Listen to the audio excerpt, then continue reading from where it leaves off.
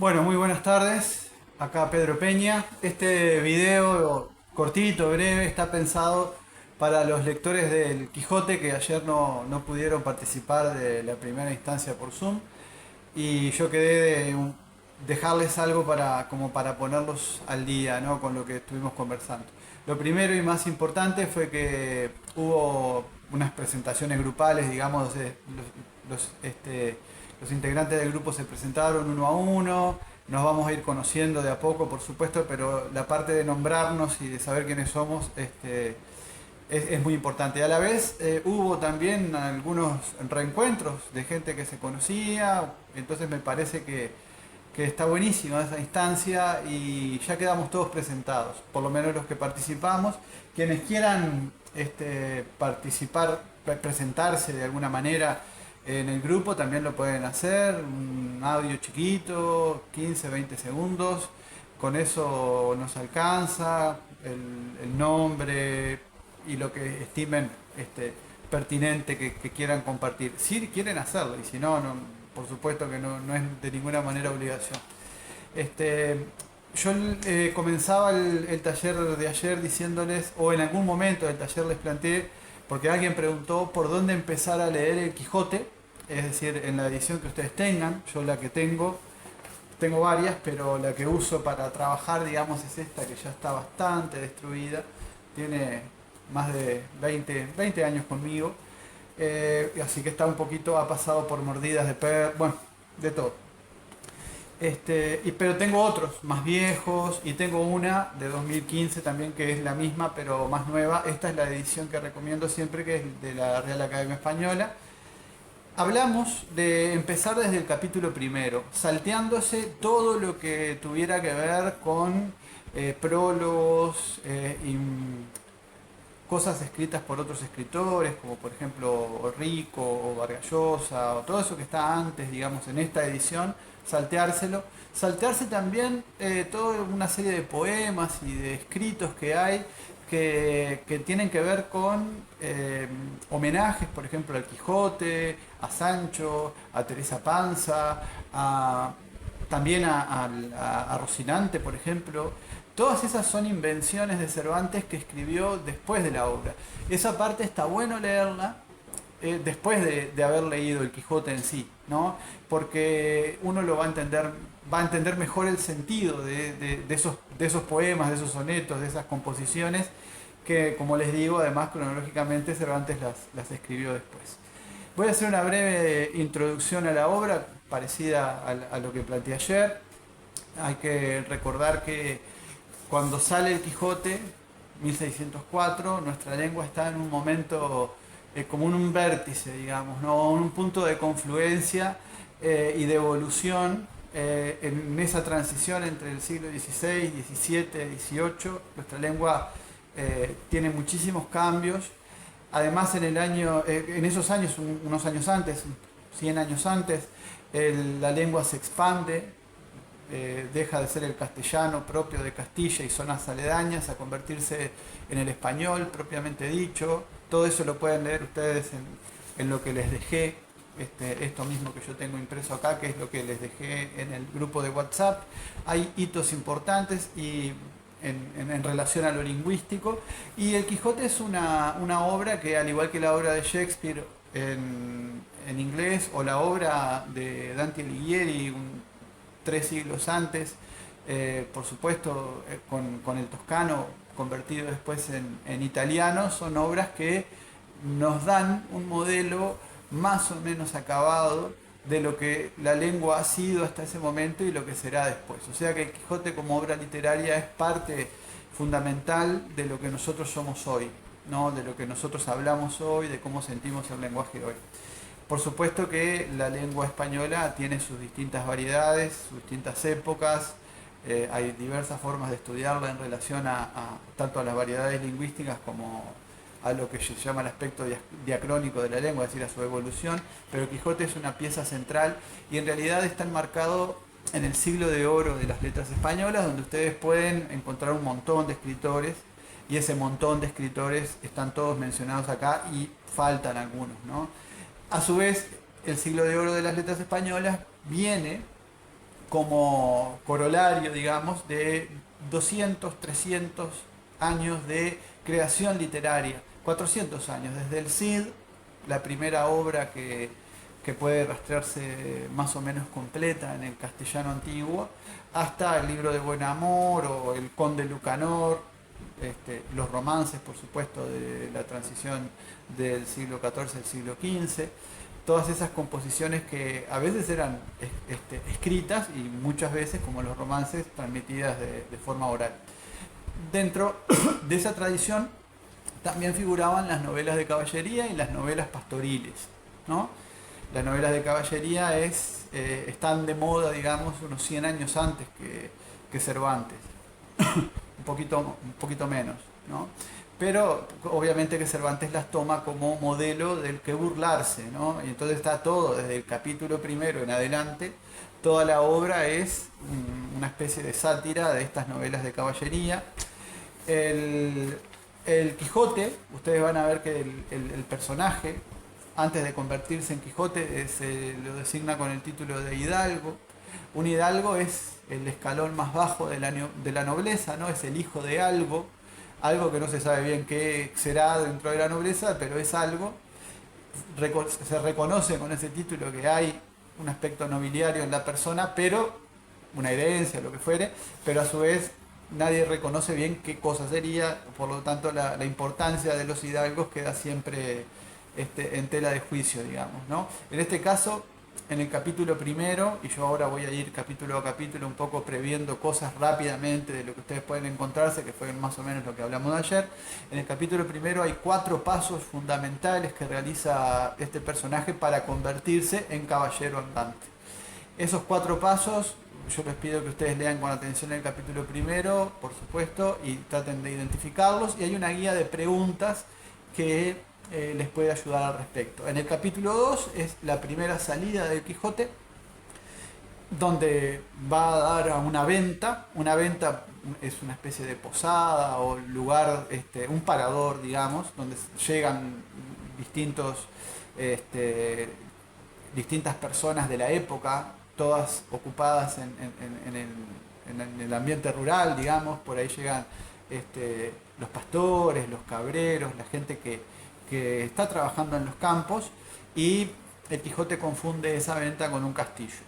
En el capítulo tercero se hace nombrar caballero por el ventero, que él considera que es el castellano, digamos, es decir, el dueño del castillo. Hay una serie de malos entendidos y de burlas justamente a la caballería andante, y prosigue la obra hasta llegar a las primeras aventuras que se dan en el capítulo 4 y en el capítulo 5, que son prototípicas, digamos, de cómo serían esas, o cómo serán después, posteriormente, las aventuras que acometerá el Quijote.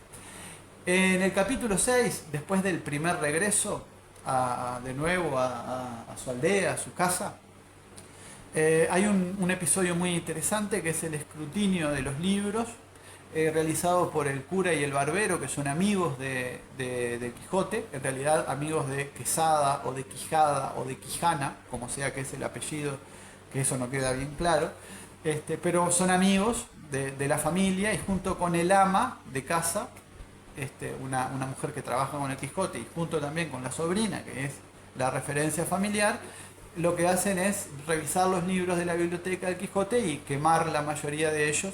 Para mí es un episodio que tiene que ver con la crítica literaria del momento, hecha por Cervantes, digamos, ¿no? ¿Qué elige el cura y el barbero, que eligen salvar y que eligen quemar, y por qué razones? ¿Sí? Es muy... Aunque uno no conozca muchísimas de las obras que hay ahí, la mayoría, arriesgo a pensar, bueno, puede intuir, o incluso en el tono que usa tanto el cura como el barbero para hacer esta labor, la comicidad que introduce Cervantes en esto, ¿no?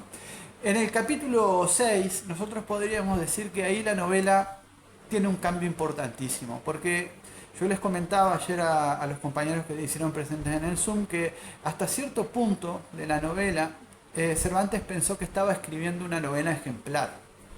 Tal vez haya pensado, digo, esto no hay forma de saberlo porque no lo dejó por escrito, pero se puede intuir, porque los primeros 6 capítulos son muy distintos al resto de la obra.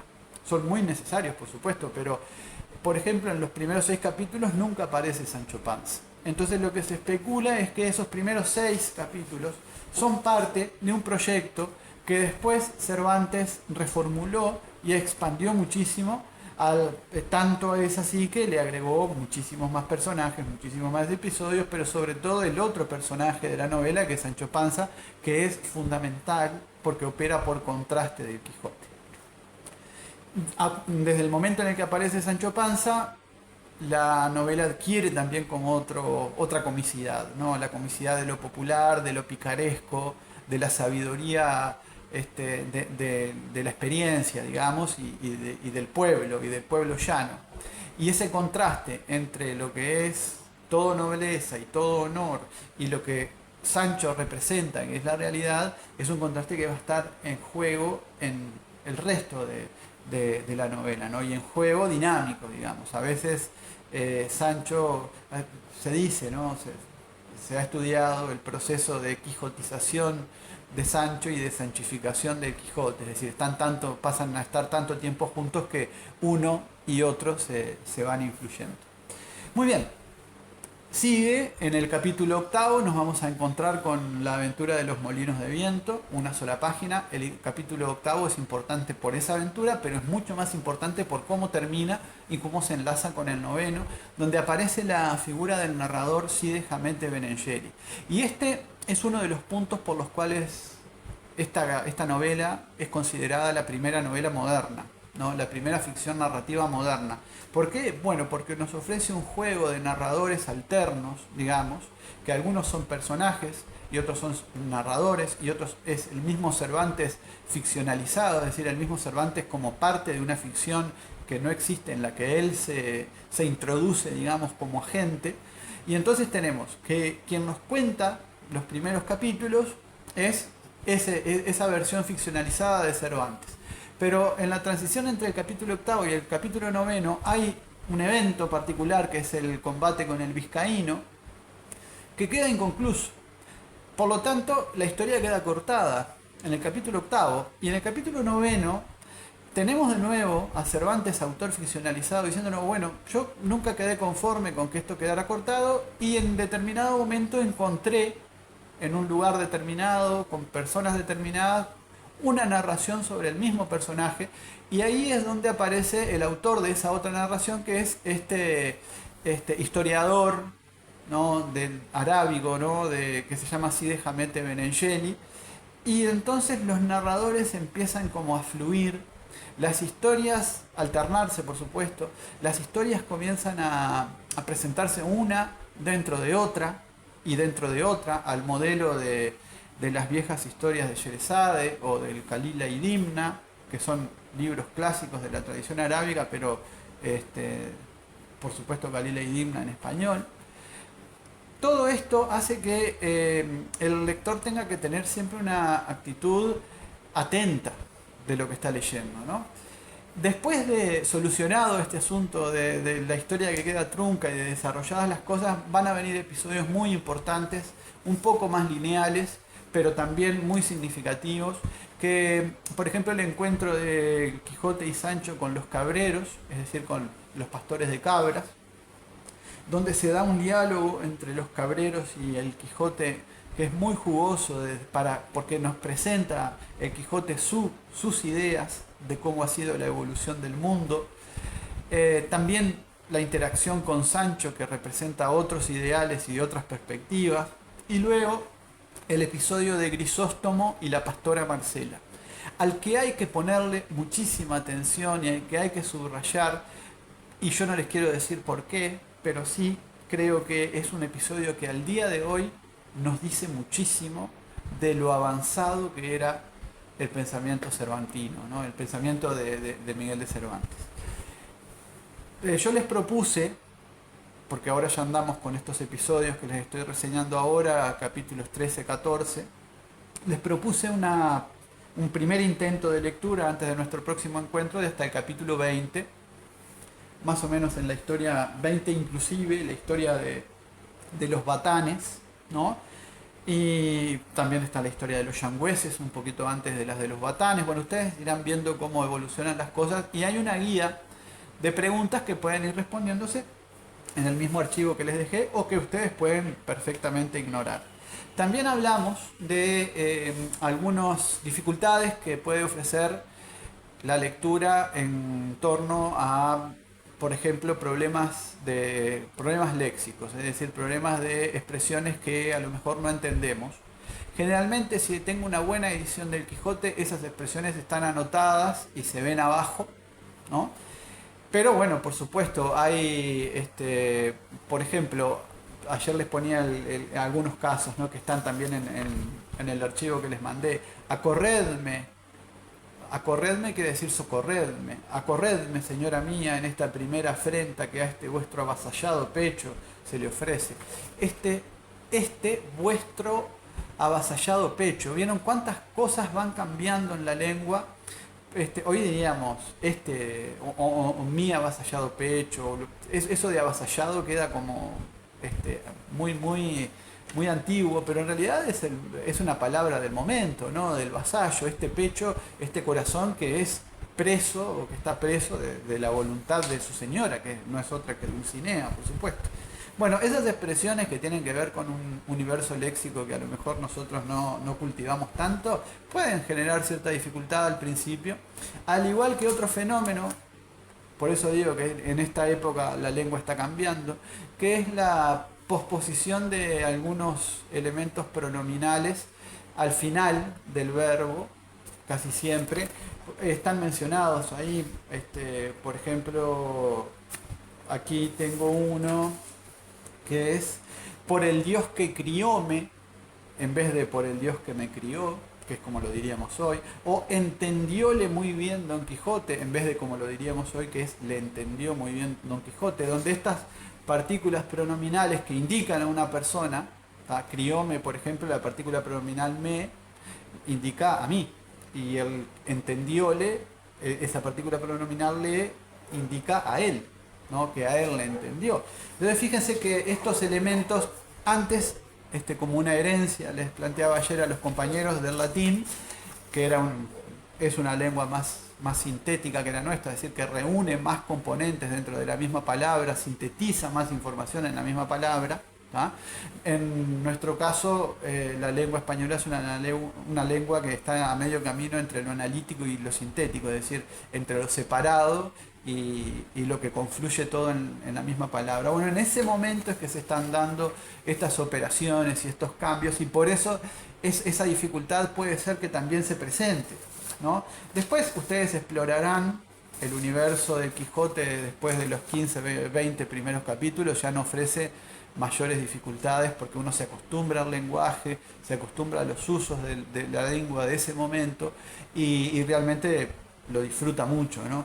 Eso es lo que, además, ustedes ya, la mayoría de ustedes son lectores avesadísimos, entonces ya han leído obras complejas, ya saben lo que esperar de un buen libro, saben que todo se soluciona con paciencia, y esto no es la excepción, ¿sí? Yo creo que el Quijote les va a proporcionar a todos infinitos momentos de disfrute bueno, y nos va a vivificar como lectores, como personas, como sujetos, ¿no? Nos va a hacer pensar mucho, que eso es lo que esta obra ha estado haciendo desde el mismo momento en el que se publicó. Si ustedes tienen ganas, eso también se los planteaba a los compañeros que estuvieron ayer, ganas de intercambiar algunas apreciaciones sobre lo que van leyendo, lo único que yo les pediría es que todos fuéramos prudentes, que las apreciaciones tratáramos de hacerlas, por supuesto, desde nuestra opinión personal, pero siempre tomando en cuenta de no hacer spoilers, ¿no? Porque a lo mejor hay gente que no ha llegado a leer tal o cual cosa. Y bueno, podemos reflexionar y podemos emitir comentarios sin la necesidad de revelar demasiados elementos de la trama como para cuidar eso, ¿no? Y en nuestro siguiente encuentro por Zoom, que es el día jueves 18 a la misma hora, a la hora 20, ahí vamos a abrir el taller, digamos, para las opiniones de ustedes sobre la lectura que hayan hecho, tomando como límite el capítulo 20. Puede ser que haya gente que lea más, ¿tá?